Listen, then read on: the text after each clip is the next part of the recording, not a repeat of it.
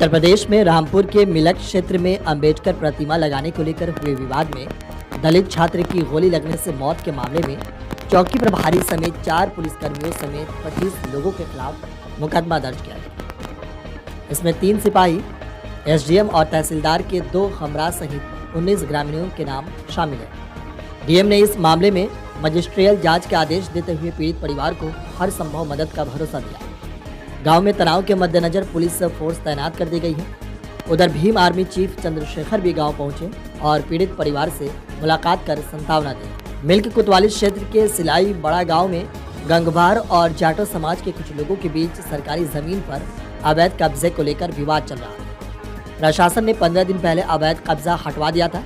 करीब 10 दिन पहले संबंधित जमीन पर डॉक्टर अंबेडकर का बोर्ड लगा दिया गया। इसकी गंगवार समाज के कुछ लोगों ने फिर शिकायत की।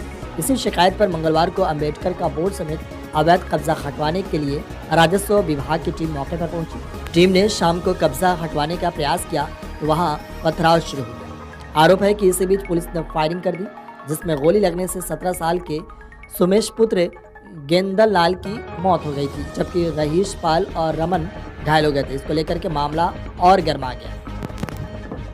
आपको बता दें कि इस पूरे मसले पर कांग्रेस नेता उदित राज ने कहा, भाजपा का रामराज पिछड़े दलित, महिला, आदिवासियों के लिए मनुराज है। उत्तर प्रदेश के रामपुर स्थित बड़ा गांव में कुछ अधिकारी पुलिस बल और दबंगों के साथ पहुंचे थे, जहां दलित छात्र सुमेश कुमार की हत्या कर दी थी। उनकी गलती यही थी कि ये गड्ढे को पाट कर बाबा साहेब का बोर्ड लगाना चाह रहे थे। वहीं भीम आर्मी प्रमुख चंद्रशेखर आजाद ने गाँव पहुँच मृतक के परिजनों से मुलाकात की।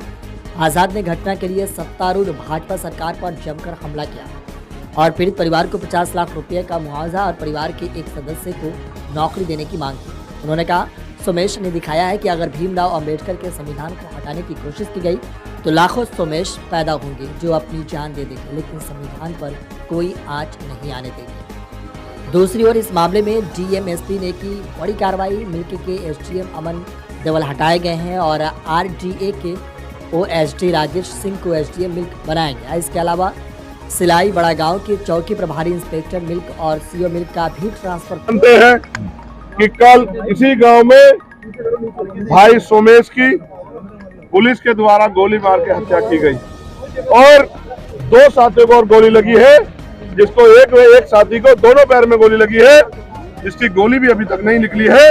इसका अस्पताल में इलाज नहीं हो रहा है। शायद प्रशासन उसके मरने का इंतजार कर रहा है, क्योंकि वो इस घटना का आई विटनेस है। अगर वो सुरक्षित रहेगा तो पूरी घटना को कोर्ट के सामने बताएगा।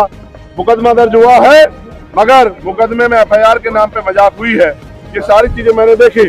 मैं परिवार से मिला, मैंने उनके दुख दर्द पूछे।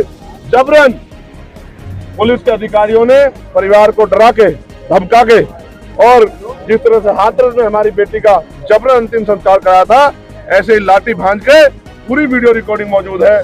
उन्होंने इस भाई का, सोमेश का भी अंतिम संस्कार कर दिया।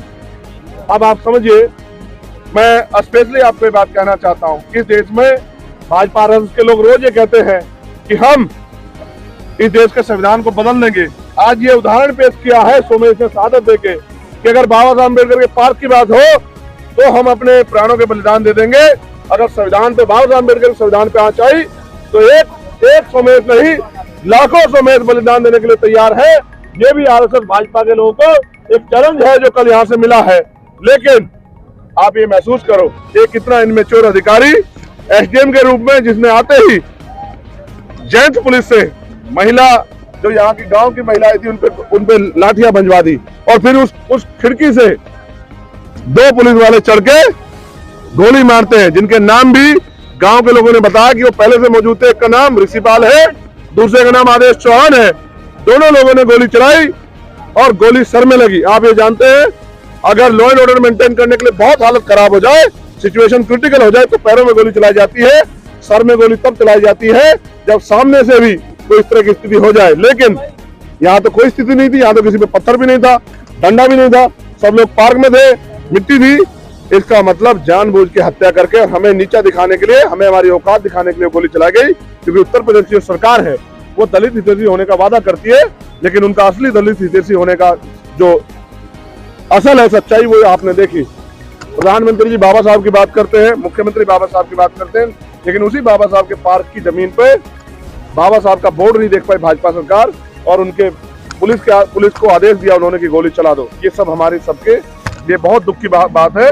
कितना अन्याय जो है दलितों के साथ उत्तर प्रदेश में हो रहा है। और पहले तो अपराधी इस काम को करते थे, कमजोरों को, दलितों को, मुसलमानों को, पिछड़ों को, आदिवासियों को मारने पीटने काम करते थे। आज तो पुलिस ने गोली तान ली है। तो मुझे नहीं लगता जब रक्षक भक्षक बन जाएंगे तो फिर न्याय कैसे होगा।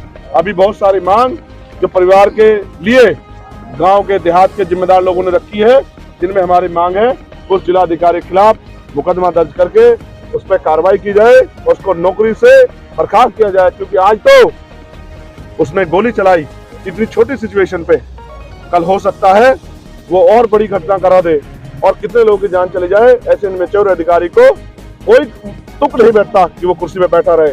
दूसरी हमारी मांग है कि यहाँ जो चौकी है, चौकी पे इंचार्ज जितने भी कर्मचारी हैं जो दोषी हैं, उन सबको भी नौकरी से बर्खास्त किया जाए, क्योंकि ये उनकी देखरेख में हुआ। आपको ये भी जानकर आश्चर्य होगा कि ये जो बोर्ड है, इसी गांव के ग्राम प्रधान ने इस बोर्ड का अनावरण किया था और 2 महीने पहले इस बोर्ड का अनावरण हुआ था।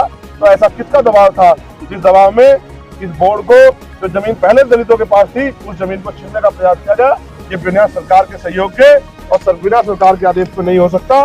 मृतकों के परिजनों को 1 करोड़ रुपए का मुआवजा दिया जाए, ऐसी भी मांग हमने रखी। आपको याद होगा लखनऊ में पुलिस के द्वारा एक व्यक्ति की हत्या की गई थी, उसकी पत्नी को एक सरकारी नौकरी क्लास 1 की और 50 लाख रुपए मुआवजा दिया गया। गोरखपुर में भी पुलिस के द्वारा होटल में घुस के एक व्यापारी की हत्या की गई, उनको भी 50 लाख का मुआवजा और एक नौकरी दी गई। लेकिन यहाँ 10वीं का बच्चा जो पेपर दे के आया था, निर्दोष था, उसको गोली मारी गई। वो उस परिवार का कर्ता धर्ता था, उस परिवार के हाथ पैर थे। इस परिवार के लिए क्या सरकार ने सोचा?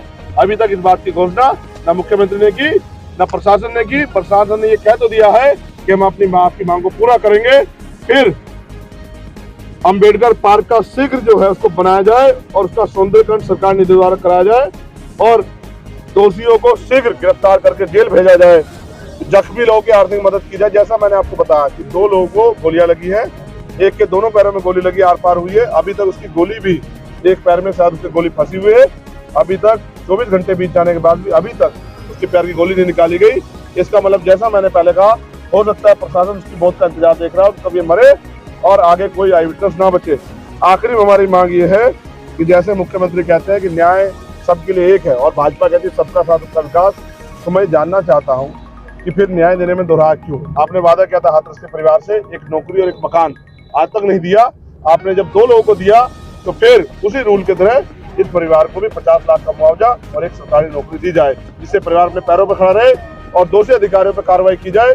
लेकिन मुझे विश्वास नहीं कि भाजपा की दलित विरोधी सरकार इनमें से कोई भी मांग पूरी करेगी। इसलिए मैं यहाँ के जिलाधिकारी से भी बात करूंगा, कमिश्नर से बात करूंगा, एसएसपी से बात करूंगा और ये जानने का प्रयास करूंगा अभी क्या कार्रवाई हुई है। फिर अगर हमारी मांगे नहीं पूरी हुई तो हम एक समय उनको देंगे कार्रवाई करने के लिए। उस समय के अंदर कार्रवाई नहीं हुई तो हम एक बड़ा अनिश्चितकालीन आंदोलन रामपुर जिलाधिकारी कार्यालय पे करेंगे, जिसमें पूरे देश के लोग शामिल होंगे और वो आंदोलन अनिश्चितकालीन होगा जब तक हमारे लोगों को न्याय नहीं मिलेगा।